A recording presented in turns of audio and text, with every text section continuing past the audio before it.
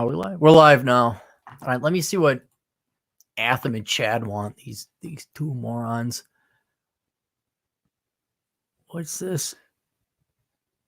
Waiting on your call. What? Fuck off with messages like this. What? There must be. Oh, it's a scam. I think someone's like saying, "Hey, we're waiting on your call. Call me at this phone number." Yeah. Oh my god. All right, let's go back to where I had the sanity check. All right. An anonymous person writes, "Dear asshole, please keep me anonymous. I want to reach out and get your perspective as I am planning on making some pretty significant changes in 2020 and need a second opinion. My situation is as follows. I'm a male in my late 20s working in a well-paid banking job with and he is very well paid. I think he wants me to keep that on, but he's very well, handsomely compensated, but with absolutely no quality of life. The woman I work for in a separate office has become such an unbearable bitch on most days. Our technology makes even accomplishing simple tasks impossible. And living in a standard U.S. city has run its course for me. Banking is, you just don't work in banking. At least the woman's in a separate office, right? Yeah. I mean, but they're still there. Yeah. At least that's the silver lining there. It could be worse. Giving in a standard U.S. city has run its course for me. All in all, it has gotten to the point where I don't care what they pay me. I don't see myself completing another year of this. I reached out to you 2 years ago and you recommended I stick it out, which I think will have been beneficial long term. But I think now it is time for me to start realizing. So this guy has made, well, gross, an extra $500,000 a year, or not a year. Since he asked you your opinion. He's got some fuck you money. He has some fuck you money, right? Cappy, does asshole consultant advice work? No, it doesn't work. The truth never works. I don't have any wife, kids, or debt or house or any plans on acquiring any of the above in the immediate future. Why can't they find a man, DT? Why can't they find a man? Right. There aren't no good men. I have now, admittedly, I'm sure there's selection bias and bias sampling and all that other stuff. But this is more common than you might think in my work, quote, profession here, if you can even call this a profession. There are a lot of guys, a lot of clients I got, 6-figure income, 6-figure savings, not even 30. Right. And they're like, and it's not this all there is. Right. No. Well, yeah, certainly that. But then they're also like, oh, and by the way, I'm not looking for a wife or kids. You know, they're like, I know. Well, we don't know that he wasn't looking for one, but it just hasn't happened. It hasn't happened. He says, so right there, I don't have wife, kids, debt, house, or plans on acquiring any of the above. That is very common among these super highly successful men. I think they're just happy to have their food. I do have a car that's fully paid off, over $100,000 in relatively liquid assets, $150,000 in a 401k, and more than the recommended silver gold reserves. Many thanks to you and you helping me make reality. I expect to receive a bonus next month that'll contribute another $100,000. Oh, okay. So he did answer me. I always skim the questions, guys. So if I ask you questions and it's already in there, you're like, well, I already told him that, and hope to leave shortly after that hits my bank account. Gets a bonus of $100,000. In addition, the look on their faces when they realize they have no one to do the work I was doing will be of equal value. Though I know that doesn't technically count as an asset. Now, hang on. If he is one of these load-bearing employees, like he's a critical employee and they don't realize that, right? You put in your 2 weeks notice, be professional. If they realize, like, oh my God, Bob's leaving, they're gonna offer you a lot of money to stay. He's in a perfect position. He could really massage this too. Right. To be good. Yeah. So what I'm thinking is before he gives his 2 weeks notice, what he has to do is come up with a list of everything he wants. Right. I want a hiring bonus that is not refundable. Like, you want to keep me on? You're giving me $100,000 hiring bonus right now, not refundable. Okay. Number 2, I don't deal with the bitch and whatever, the marketing department or wherever she is. Yep. All right. Number 3, this technology shit gets fixed. Right. And see, what's great about that is, and very key to all this is you have that $100,000 hiring bonus or renewal bonus, whatever, that's non-refundable to the company. Yeah. So that they're like, oh shit, we just dropped $100,000 on Bob. We better get this shit fixed. Because if they don't, then you walk away and you're $100,000 fine. And you say, and I want I want. But when you make a demand like that, you've got to say, well, at least stick it out another year or something. No. You just have them give you money and you can walk away. Oh, Jesus, DT. No, I get it. That would be the only. That's why it's non-refundable. Right.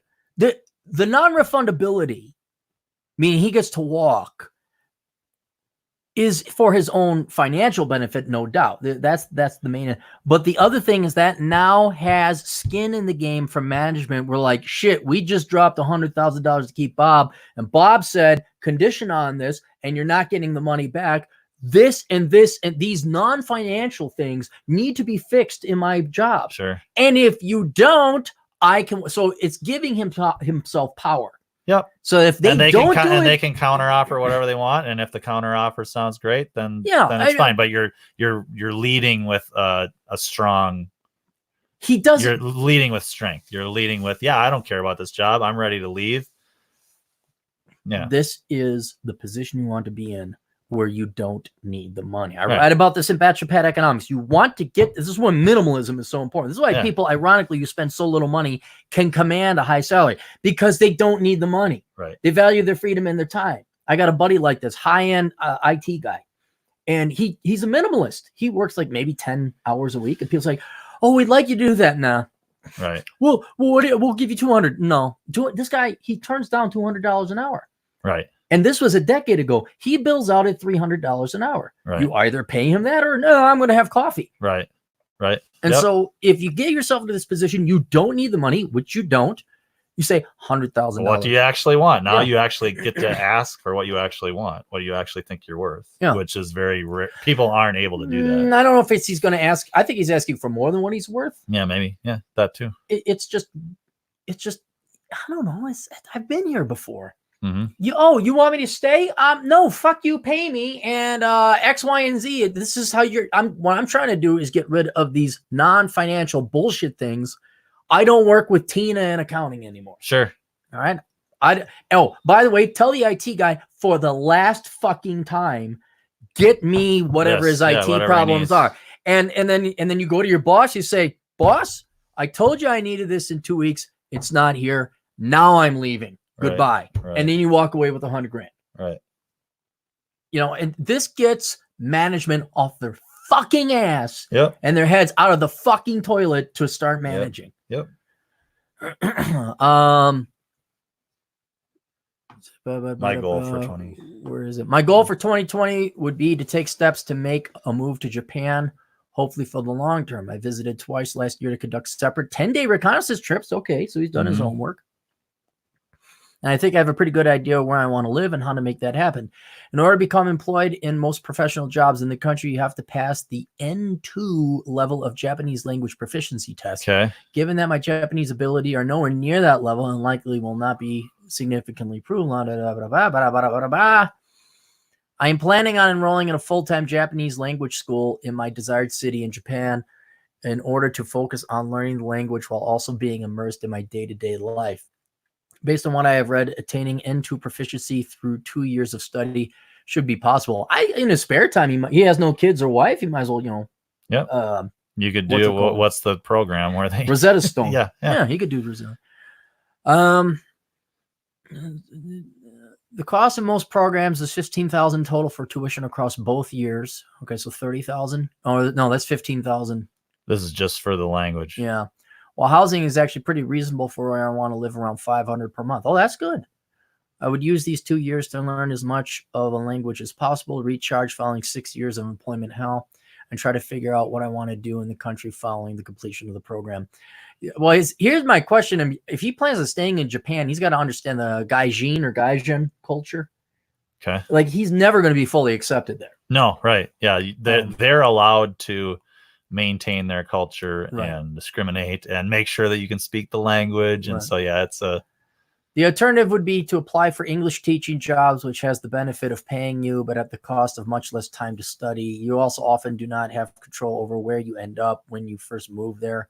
So I'm leaning towards completing the language program and better position myself for long-term employment. It is too late to join the April term for most schools, so I would be looking to make the move for the October term. This means I would have plenty of time between quitting my job and starting the program to travel across America for a bit and fully prepare for the move. He's in no rush. Let me know your thoughts on this and free to. And then I think I asked him a stupid question. Well, how much money do you have? No, I currently have that. Additional cash. And he's got a really good problem here. I give him the green light. Green light on everything. It's kind of whatever you want to do. And then if you go over there and it's not what you thought, it's no hair off your balls, really. I mean, it's just you've got countless opportunities, I guess. I mean, if this is what you want to try, sure, why not? Absolutely. I say, but I like your idea of basically, I mean, if you're that critical at the company, have an idea in mind what it would take for you to stay a year or two or whatever. Stay at 2 years. But I mean, if you're just banking tons of cash, what would be the level at which you could just basically say you never need to work again, really? Well, and that's what I'm trying to angle. That's what I'm trying to angle with that 100,000. Look, if you got these people by the balls, I know he hates this place to work, but you might be able to get some huge dollop of cash out of him that if you invested today at whatever interest, blah, blah, blah, makes your retirement. The dude ain't even 30. But what about, I mean, he wants to go to Japan. Why can't he work remotely from Japan for the same company if he's so critical? You've never worked in banking, have you? I don't know. They're the dumbest fucking. Yes, it's banking. This is the dumbest fucking industry out there. But is it possible to work remotely? Dude, it has been possible since email came around. But I mean, if this guy's in the position of fuck you, you could basically say, look, I'm moving. They're not. Want to keep me they won't. Not? No. Okay. DT, will you just trust me? I know what I'm talking about when it comes to banking. But that's what the culture. That's what we've done. The culture is not going to allow it. Bankers are stupid. Bankers are dumb.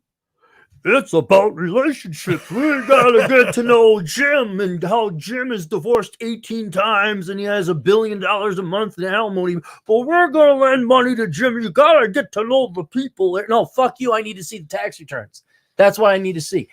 Yes, in the real world, no one has to go work at a bank except tellers. Sure. Okay. Yep.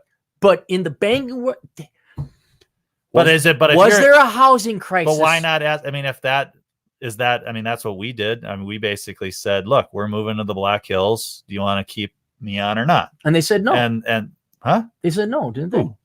Both of our employers. Mrs. DT is Mrs. DT, not you and me. Not me. No. But I mean, if you're moving, you're moving, and you can always say, "Hey, you want to keep me on? I can work remotely." And even over there is, I mean, isn't it?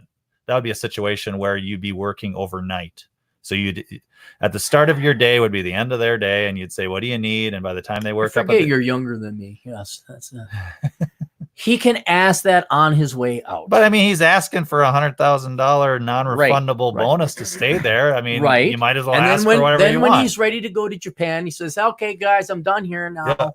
If you need my help, maybe you could consult at $200 an hour when he's in Japan. Yeah. He could do that if they're interested in keeping him on somehow. That would that's possible. That would maybe be an option. I'm just saying his options are limitless. So you might as well think up what would be your ideal situation, and go for it. Over in Japan, if that's where he wants to go, Yeah. So I'm saying now he has an opportunity that comes 2 or 3 times in a lifetime, where if he can if he is that critical, he can basically negotiate the seed capital for his retirement. He says, I want 75 grand, 100 grand. He throws it in the S&P 500 index fund. And then 40 years from now, when he retires, that has grown that he can afford a nice place in Japan. I don't know. Or if he's over in Japan, he invests in Japan. Whatever is, it's he has them by the balls. I think he should take advantage of. As for what he should do in Japan, he has worked hard. He is a minimalist. He did not piss away his money. Right. And now, when you do the right things, you get to go have fun. Right. And so I would not bother teaching English overseas. I'd immerse yourself in Japanese culture, the language, learn it as quickly as possible. Even in the short to medium term, I think he'll make more money. Because teaching English, what do you got to fucking make? Some fucking dipshit token amount? But I think he's saying that he would also learn Japanese while teaching English? No, I think he needs to go hardcore Yeah. and start, I think he needs to master the language. And I'd start now, with do you think he even needs to go into a program? I guess he's got so much money, it doesn't matter if he's, spending $15,000 over 2 years to learn Japanese when you that's nothing for when him. you could get Rosetta Stone and maybe do the same thing. But I suppose with an actual program, you've got more clout or whatever when you're applying for your N2 or whatever. They'll see, oh, this guy took this, and so we can, I think for him to gain proficiency, it's not going to hurt him to take Rosetta Stone and an hour a day study his Japanese. Then when he gets to that school, it's going to be easier. It's going to save him time. Yep. He'll be better prepared. So that's what I would. Is Sun Tzu, is that Japanese? No, he's Chinese. Okay, shoot. Is there a really cool Japanese book that he'll be master of by the time he's done with this? I'm sure there's. And you'll say, well, the English translation is a little off in this passage. I think I understand him going overseas to Japan. It's just like, hey, here's a culture. It's stable. Right. They're all very polite. As long as the emperor doesn't come back. Right? Yeah, as long as the emperor doesn't come back. And hey, I got an idea. Yeah, that really big country? What? China? No, even bigger than that. United States. Yeah, let's take on that country. Be careful around the nuclear plant that's having the problems, though. That'd be the only thing. All right, I think we got one more. Questions, answers, assholeconsulting.com. See you guys later, tools.